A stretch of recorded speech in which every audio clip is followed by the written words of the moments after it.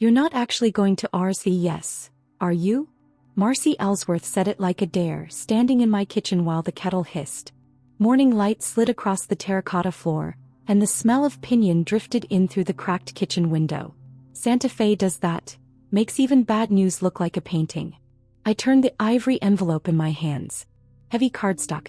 Gold script with unnecessary flourishes. Calder Pierce and Juniper Roads, Cathedral Rock, Sedona, Arizona. I'm 64, Marcy, I said, hooking a turquoise mug off the shelf. I've survived night shifts in ERs, 2 recessions, and one husband's midlife crisis that apparently needed its own condo. I can survive a wedding. My name is Mara Ellison. I used to sign charts as Mara Pierce, back when Calder and I were the kind of couple who made reservations on Christmas Eve and thought that counted as romance. He left 3 years ago in the gentlest, most surgical way possible. No slammed doors, just a text at 6:12 a.m. that said we needed to reimagine our trajectory. 2 weeks later he was posting sunrise photos from a loft in downtown Denver with a caption about second chances, and a woman tagged at Juniper.movement doing a handstand on a granite countertop. People in Santa Fe pretended not to stare when I ran into them at La Montanita Co-op. They offered me recipes for nourishing soups, the way you offer blankets after a fire. I smiled. I bought my groceries. I went home to the little adobe I'd kept in my name long before anyone thought it mattered whose name was on anything. Don't go, Marcy said, lowering her voice like the rosemary plant might gossip. Juniper's the age of, well, not a granddaughter, but you know. She's 29, I said, pouring the tea. And not my problem. What I didn't tell Marcy, what I haven't told anyone here, not even my son in Portland who loves me best when I ask him nothing, was that the part of me that flinched when Calder left is quiet now. Not dead. Quiet. Like a lake at dawn before the boats start barking.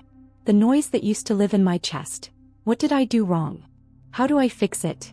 Has been replaced by a different rhythm. Clay spinning on a wheel. A kiln cooling overnight. A ledger that finally balances in my favor. Sedona, Marcy read over my shoulder. Of course. Red rocks and drone footage and a string quartet that only plays Taylor Swift. Don't be mean, I said and smiled into my tea. They'll throw in a crystal blessing and call it a tax deduction. She swatted me with a dish towel. You joke now, but you show up and they'll seat you next to the ice bucket like an exhibit. Former wife, 64, endangered and docile. I traced the embossed edge of the invitation. The card was too pretty for what it carried. Calder always understood presentation. He could dress bankruptcy in bespoke tailoring and sell it back to you as liquidity. You know what would be dignified? Marcy said, warming to her theme. A polite decline. Then we go to 10,000 Waves, you get a massage from a woman named Temple, and we pretend the whole thing never happened. Dignity is a funny word. Everyone wants you to keep it, until you use it. I'm not going for them, I said. I'm going for me. For you to do what? To end a sentence I didn't get to finish. Marcy leaned on the counter, studying me the way she studies her oil portraits, squinting until the truth shows up. You've been calmer lately, she said. Since you opened the studio. I glanced toward the back room where 6 clay cylinders sat under damp cloth, waiting for me to turn them into something with a pulse. Bluefin Studio started as therapy and then quietly became a place people found me. Women with hands that shook, men who'd forgotten how to talk without apologizing first. Teenagers who needed somewhere to put their anger that wasn't their own skin. I fire, I sweep. I sleep like a person who did what she said she would do. Calmer doesn't mean smaller, I said, setting the invitation down. It doesn't mean invisible. Marcy sighed. What are you going to wear? I looked at the rack by the door. A linen dress the color of river stones. A jacket from a consignment shop in Taos with cuffs someone else had loved smooth. My grandmother's garnet pin that still catches the sun like it remembers how. Something honest, I said. Marcy groaned. Honest doesn't photograph well. It does for me. She picked up the RSVP card and flipped it over, searching for a trapdoor. Cathedral Rock, Sunset Ceremony, she read. Reception at a place called Lumen House. That's not a building. That's an Instagram filter. I laughed and the laugh surprised me how light it was. There was a time when any sentence with Calder's name in it felt like chewing tinfoil. Now it felt like a book I'd already read. Some chapters were good. Some were not. None needed to be rewritten. Are you sure? Marcy asked softer now. I'll say it again, you don't owe them a show. I'm not bringing a show, I said. I'm bringing closure. Behind the word something steadied. A choice I had already made months ago on a Tuesday no one noticed. A conversation with my attorney that ended with a signature and the kind of silence that means the door is truly shut. A letter from a board director on heavy paper. A plan that had nothing to do with humiliating anyone and everything to do with finally walking myself home. Marcy didn't press. One of the reasons she's still in my kitchen is that she knows when to stop talking. Fine, she said and slid the RSVP card back into its envelope. But if they try to seat you by the ice bucket, I'm staging a fainting spell. I'll bring smelling salts, I said. After she left, I carried the invitation outside and sat on the adobe step where the sun finds me first. Hummingbirds strafed the sage, territorial and ridiculous. Across the lane, Jose was sanding a door. The rasping sound laid a rhythm under everything. I took out a pen. Accepts with pleasure. The words looked right. Not because I was pleased for them. Maybe I was, in the abstract way you can be pleased for strangers in a magazine, but because I was pleased for me. For the woman who had stopped checking her phone in the middle of the night. For the woman whose hands were strong again. For the woman who could walk into a room where she used to disappear and take up the space that already belonged to her. I sealed the envelope and pressed my thumb over the flap until it held. Then I went back to the wheel, centered a lump of clay and coaxed it upward until a vessel lifted out of the spin. Nothing fancy, just a shape you could drink from. Strong walls. Clean line. A rim that told your mouth the truth. It would be ready by Sedona. So would I. The first dress I tried on was a disaster. Too much satin, too much neckline, the color of melted butter. Someone else's idea of elegance. I stood in front of the mirror in Mirabelle's Consignment and Couture in downtown Santa Fe, the fabric pooling at my ankles like a sulk. Not you, Mirabelle said, shaking her head so her silver earrings caught the light. She's the kind of woman who can tell your life story by the way you pull a zipper. You'd look like you wandered in from the wrong reception. I will be wandering into the wrong reception, I reminded her. Exactly why we get it right. We moved through the racks. Sequins, chiffon, colors that belonged on parrots. I ran my hands over silk that whispered, velvet that purred. My fingers stopped on a deep indigo dress with sleeves like soft water and a waist that knew when to quit. That, Mirabelle said. That's the one. I slipped it on and the room shifted. Not dramatically, no angels singing, but in that quiet way a room changes when it suddenly sees you. The fabric draped without apology. The color turned my hair into something deliberate. I looked settled. Not like someone trying to compete with a 29-year-old yoga instructor, but like someone who'd already won a different game entirely. You'll need shoes, Mirabelle said. I pointed to the corner where a pair of black suede slingbacks sat waiting, as if they'd been listening to our conversation. Low heel, good arch, the kind you can stand in all evening without wondering why you came. Mirabelle rang me up, sliding the dress into a garment bag with the reverence of a priest placing bread in a chalice. And jewelry? She asked. I opened my palm. My grandmother's garnet pin. The same one I'd worn when I defended my nursing thesis at 22, when I signed the papers for my first home, when I walked into a courtroom 3 years ago to make sure Calder's amicable split didn't turn into an annuity for him and Juniper. You already have it, she said, smiling. On the way home I stopped at Bluefin Studio. The clay pieces from the day before had firmed just enough for trimming. I set the indigo garment bag on a chair, washed my hands and got to work. The rhythmic hiss of the trimming tool was the kind of music my bones liked. As I worked I thought about Sedona. About the red rock cliffs at dusk, the light turning everything copper. About the people I hadn't seen in years, their eyes flicking from me to Juniper and back trying to do the math. I didn't need to make anyone jealous. That was the point. I'd been invisible and underestimated long enough to know the real power was in being undeniable without trying. A knock at the door pulled me out of the spin. Come in. I called. It was Elena, one of my Saturday students, carrying a lopsided vase wrapped in newspaper. She's 17, all sharp elbows and quick glances, and the only person I've met who can make the word, whatever, sound like a compliment. I fixed the rim, she said, unwrapping the vase and setting it on the counter. It was still crooked, gloriously so. It's perfect, I told her. She rolled her eyes but didn't hide the smile. You're going somewhere fancy, she said, nodding at the garment bag. A wedding. Yours. No, I laughed. Someone else's. She considered that, then shrugged. Make sure you dance anyway. When she left, I hung the dress where I could see it while I worked. Not as a reminder of the wedding but as proof of something else. How much space there is between who you were when someone left and who you become when you stop waiting for them to come back. By the time I locked the studio and stepped into the evening air, the mountains were catching the last blush of daylight. I imagined Sedona bathed in the same colors, the dress folded over my arm, the garnet pin catching a shard of sunset. 3 weeks to go.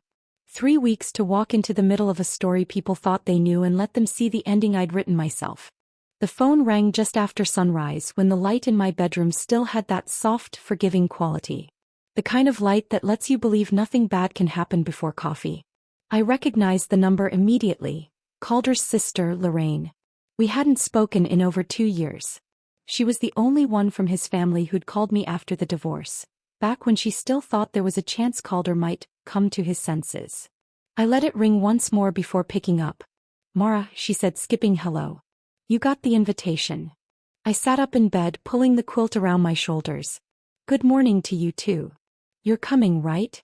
Her voice had that particular Pierce family mix of curiosity and command. I could almost see her leaning forward at her kitchen table in Flagstaff, one hand on a mug, the other gesturing for emphasis. Yes, I said. I RSVP'd. There was a pause. Why? That was Lorraine, straight to the point. No sugar, no bow. Because I want to, I said. You want to watch your ex-husband marry someone who orders cocktails called Sunset Manifestation? I smiled despite myself. It's not about them. Of course it's about them, she snapped. They invited you so they could feel magnanimous. Like they've forgiven you for existing. I let her words hang there. Lorraine had never been good at hiding her opinion of Juniper. Too young, too glossy, the kind of woman who refers to every man she's dated as a beautiful teacher before moving on to the next. What's Calder told you about me lately? I asked. She snorted. That you're, how did he put it? Thriving in a small, quiet way. Small, quiet. The man could never pass up a backhanded compliment. I'll take that, I said. Mara, she lowered her voice. He thinks you're alone. He tells people he hopes you'll find companionship. As if my worth could be measured in dinner reservations for two. I walked into the kitchen, set the kettle on the stove and stared out the window at the strip of morning sky. He can think what he wants. Lorraine hesitated. So you are coming? Yes. I'll save you a seat, she said and hung up before I could ask what that meant. Later that day at the studio I couldn't shake her tone. The way she'd said, save you a seat, felt less like an offer and more like a warning. Maybe she meant she'd protect me from awkward table placement. Maybe she meant she'd plant me next to someone interesting. Or maybe, knowing Lorraine, she planned to sit me right in the blast radius and watch what happened.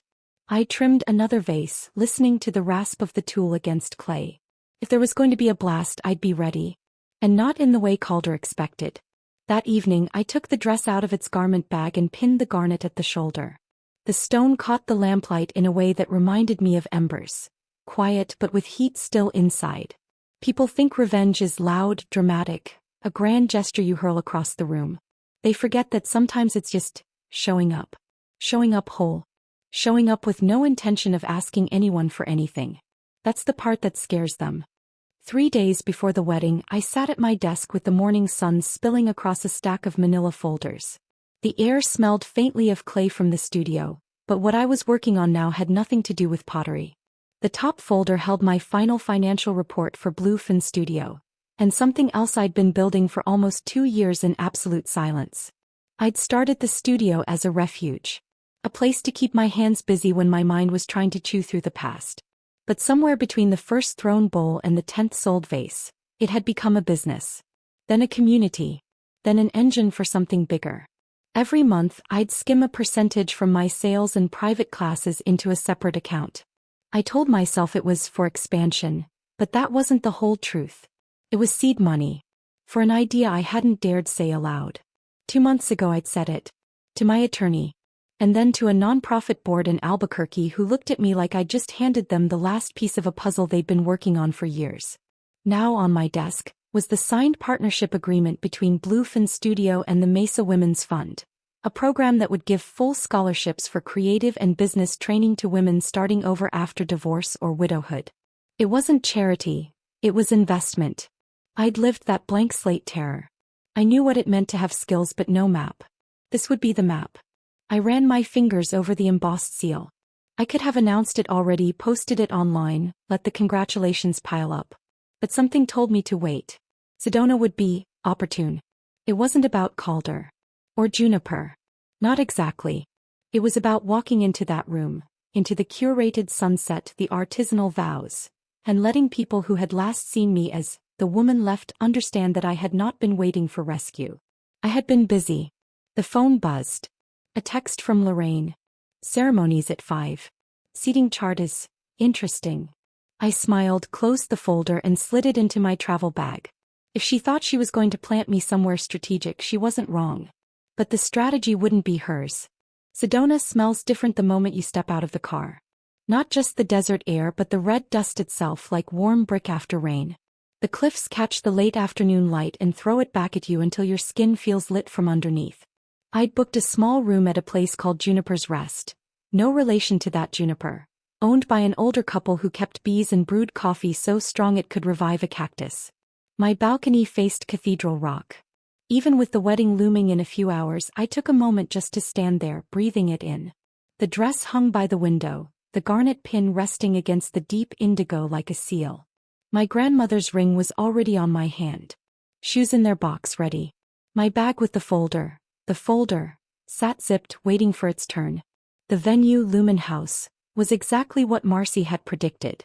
Floor-to-ceiling glass, an open-air terrace for the vows, minimalist floral arrangements that probably had an itemized invoice longer than the actual ceremony. Guests milled about in dresses that whispered and suits that tried too hard. I recognized some faces from Calder's hospital fundraisers. Others from the years we'd spent moving in circles that valued wine vintages over actual conversation. Lorraine found me first. "There you are," she said, sweeping me into a hug. Her lipstick left a faint coral smudge on my cheek. You look like you own the place." "Not my intention," I said. "Good. Because you're at table 5. Front row to the dance floor. Guess who's at table 6? I didn't need to guess. The ceremony began with the kind of precision that only comes from a paid coordinator. Juniper floated down the aisle in something pale and backless, her hair in deliberate waves. Calder stood there in a suit that probably cost more than my first car, smiling like a man who thought the universe had finally given him its full attention. When they reached the altar, really just a glass platform with the red cliffs behind it, he caught sight of me. The flicker was small but I saw it. Surprise maybe. Or irritation that I wasn't tucked somewhere safely out of view. I held his gaze just long enough for him to look away first. During the cocktail hour, people drifted past me with the polite half-smiles you give someone you're not sure you should approach. A few did. They asked where I'd been living, still Santa Fe, what I'd been doing, running my studio, whether I was seeing anyone, not in the way you mean. I sipped champagne and let them fill the silences with their own projections. It was almost comfortable. Almost. Dinner had just finished when the MC tapped the microphone. "We'll now hear a few words from those closest to the couple," she announced, her voice warm, practiced. I hadn't planned to speak. I was here to stand, watch, leave. But then Lorraine's eyes found mine across table 5. She tilted her head toward the microphone like she was sliding a chess piece into place. Before I could shake my head, she stood. "Before we get too far into dancing," she said brightly, "I think it would be wonderful to hear from someone who knew Calder before any of us did. Mara." The room shifted toward me in a wave, faces turning, chairs angled. Juniper's smile was fixed, the kind you give when you don't know what's coming. Calder's jaw tightened just enough for me to notice. I stood slowly, not rushing. The garnet pin caught the light as I crossed the space. My shoes made no sound on the polished floor. "I wasn't expecting to speak tonight," I began, my voice carrying without strain.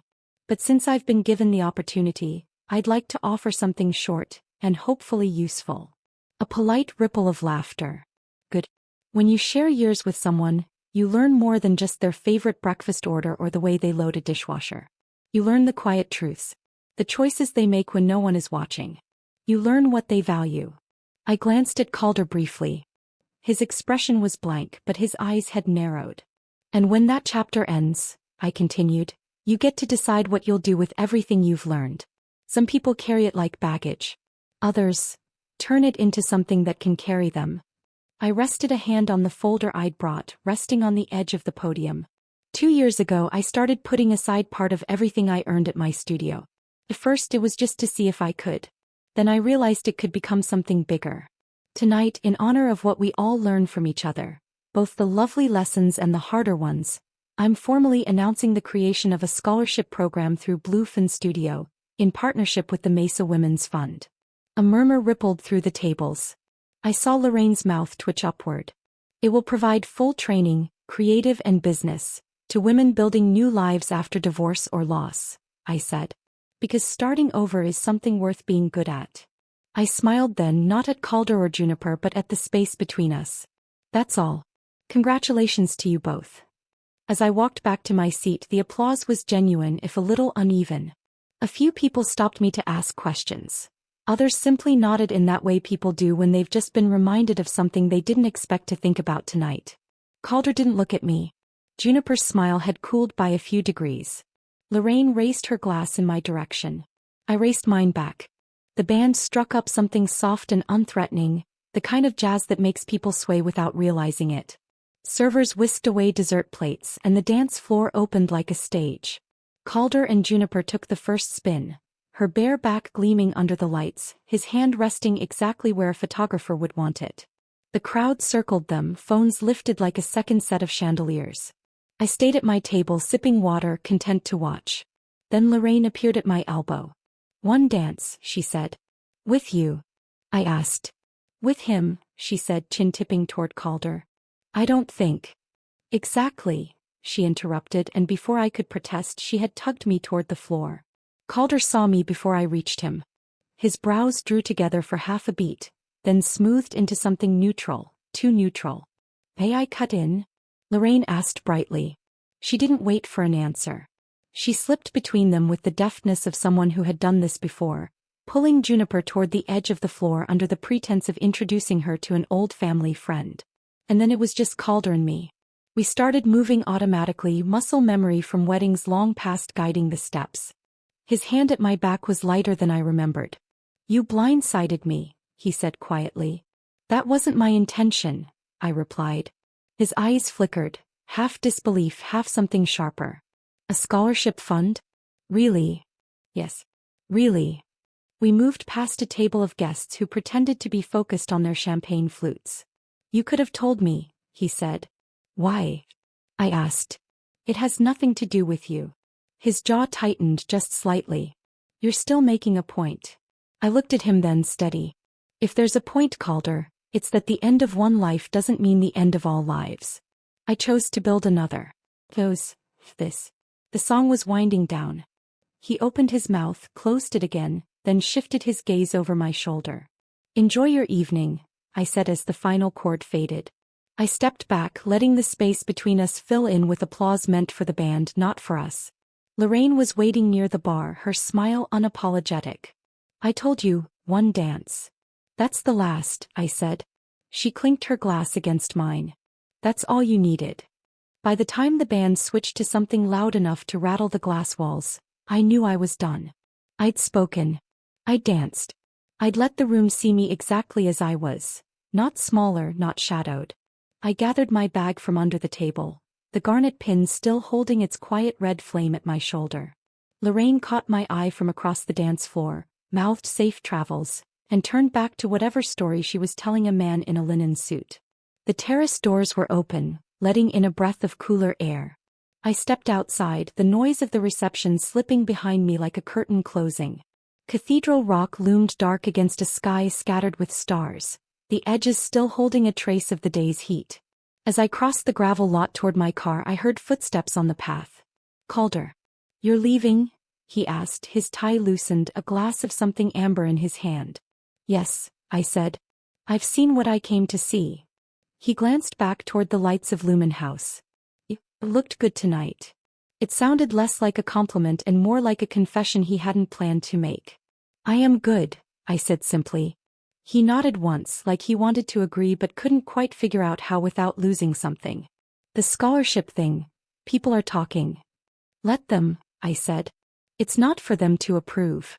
A silence stretched between us, filled only by the distant thump of bass from inside. Then he said, Juniper, she didn't expect you to show up. I think it rattled her. I smiled faintly. That wasn't my intention either. But I didn't correct him. At my car, I opened the door and rested my hand on the roof for a moment, looking back at him. Good night, Calder. He took a slow sip from his glass, watching me the way you watch a shape you can't name move through the dark. Good night, Mara. The engine turned over and I eased out of the lot, the headlights sweeping across the red dust. In the rearview mirror, the glow of Lumen House receded until it was just a flicker between the rocks, pretty, distant, and no longer mine. The next morning, Sedona was quiet in that way only desert towns can be. Sunlight sharp, shadows long, air still cool enough to remind you it was once night. I sat on the balcony of Juniper's Rest with a mug of the owner's merciless coffee, the red cliffs glowing like they'd been lit from within. My dress hung over the back of a chair, the garnet pins still fastened as if it were holding the fabric's memory in place. On the table beside me my phone buzzed. A text from Lorraine. You caused a stir. In the best possible way. Call me when you're back. Another from a number I didn't recognize. I heard about the scholarship. I'd like to contribute. Coffee next week. I smiled into the steam of my mug. The conversation had started. After breakfast I packed slowly. Folded the dress into its garment bag, wrapped my grandmother's pin in tissue, slid the folder back into my travel bag. Every movement felt deliberate, like closing the covers on a chapter that had been waiting too long to end. Before checking out, I walked a short trail behind the inn. The path wound between juniper and mesquite, the ground soft with dust. At a ridge, I stopped to look out over the valley. The same cathedral rock that had framed last night's vows now just part of the landscape again. It struck me then. Calder and Juniper's wedding was already fading, even for me, even after all the lead-up and the stares and the careful words. The thing that would last wasn't their curated night. It was the program I'd built, the women it would reach, the lives that might turn in new directions because of it. That was mine. Untouchable. Driving back toward Santa Fe, I felt lighter than I had in years. Not triumphant, just balanced. I hadn't gone to Sedona for revenge. I'd gone to stand in my own skin in my own life without apology. And I had. Somewhere outside Gallup, I rolled down the window, let the wind pull at my hair and thought about the studio, the women who'd be walking through its doors soon, the quiet satisfaction of knowing I'd written the ending myself. Sometimes the best revenge is not looking back at all.